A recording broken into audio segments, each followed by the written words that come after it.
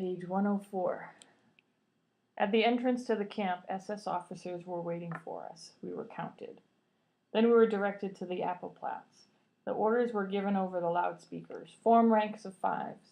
Groups of 100, 5 steps forward. I tightened my grip on my father's hand, the old familiar fear not to lose him. Very close to us stood the tall chimney of the crematorium's furnace. It no longer impressed us. It barely drew our attention.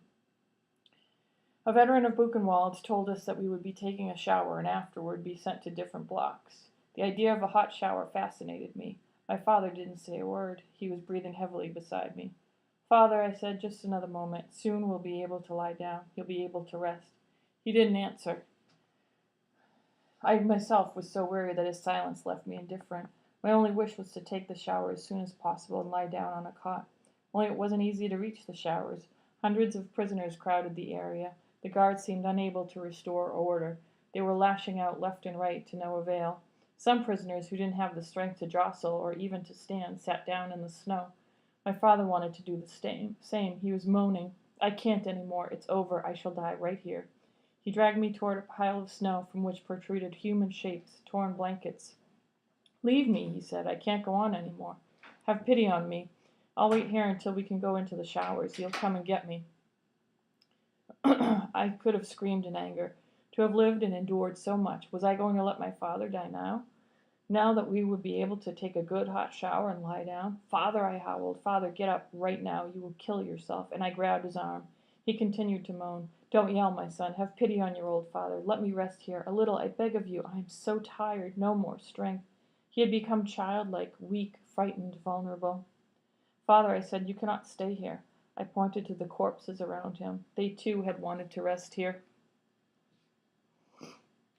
"I see, my son. I do see them. Let them sleep. They haven't closed an eye for so long. They're exhausted, exhausted." His voice was tender. I howled into the wind. "They're dead. They will never wake up. Never. Do you understand?" This discussion continued for some time. I knew that I was no longer arguing with him, but with death itself, with death that he had already chosen. The sirens began to wail. "Alert!" The lights went out in the entire camp. The guards chased us toward the blocks. In a flash, there was no one left outside. We were only too glad not to have to stay outside any longer in the freezing wind. We let ourselves sink into the floor. The cauldrons at the entrance found no takers. There were several tiers of bunks. To sleep was all that mattered.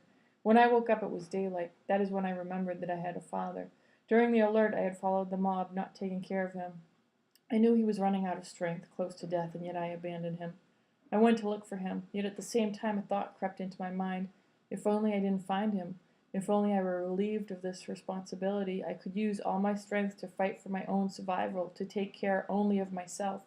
Instantly I felt ashamed of myself forever. I walked for hours without finding him. Then I came to a block where they were distributing black coffee. People stood in line, quarreled. A plaintive voice came from behind me. "Eliezer, my son, bring me a little coffee." I ran toward him.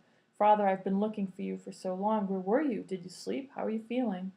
He seemed to be burning with fever. I fought my way to the coffee cauldron like a wild beast, and I succeeded in bringing back a cup. I took one gulp. The rest was for him. I shall never forget the gratitude that shone in his eyes when he swallowed this beverage, the gratitude of a wounded animal. With these few mouthfuls of hot water, I had probably given him more satisfaction than during my entire childhood. He was lying on the boards, ashen, his lips pale and dry, shivering. I couldn't stay with him any longer. We had been ordered to go outside to allow for cleaning of the blocks. Only the sick could remain inside. We stayed outside for 5 hours. We were given soup. When they allowed us to return to the blocks, I rushed toward my father. "Did you eat?" "No." "Why?" "They didn't give us anything. They said they were sick, that we would die soon, and that it would be a waste of food. I can't go on." I gave him what was left of my soup, but my heart was heavy. I was aware that I was doing it grudgingly. Just like Rabbi Elihu's son, I had not passed the test. Every day my father was getting weaker. His eyes were watery, his face the color of dead leaves. On the 3rd day after we arrived in Buchenwald, everyone had to go to the showers, even the sick, who were instructed to go last. When we returned from the showers, we had to wait outside a long time. The cleaning of the blocks had not been completed. From afar I saw my father and ran to meet him. He went by me like a shadow, passing me without stopping, without a glance. I called to him. He did not turn around. I ran after him. "Father, where are you running?" He looked at me for a moment, and his gaze was distant, otherworldly, the face of a stranger. It lasted only a moment, and then he ran away.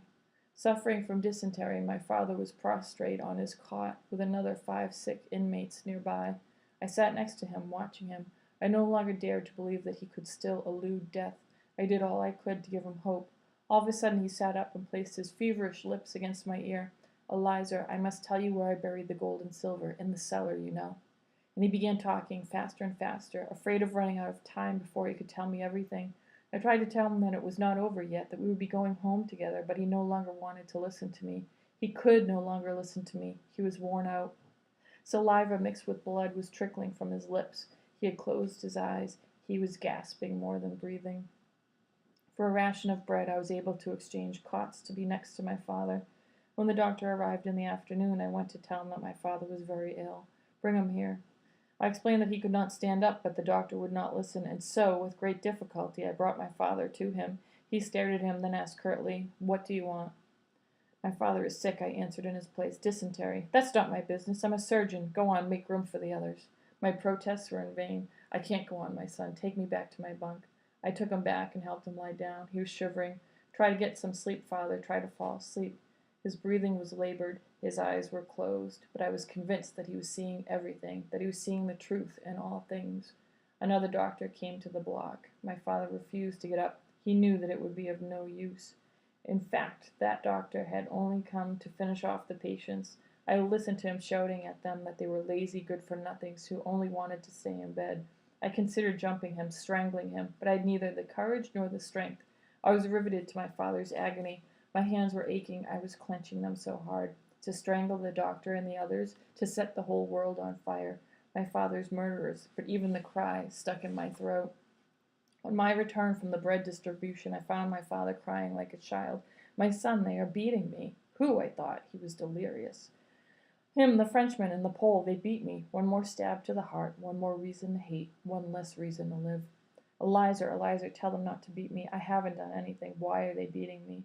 I began to insult his neighbors. They mocked me. I promised them bread, soup. They laughed.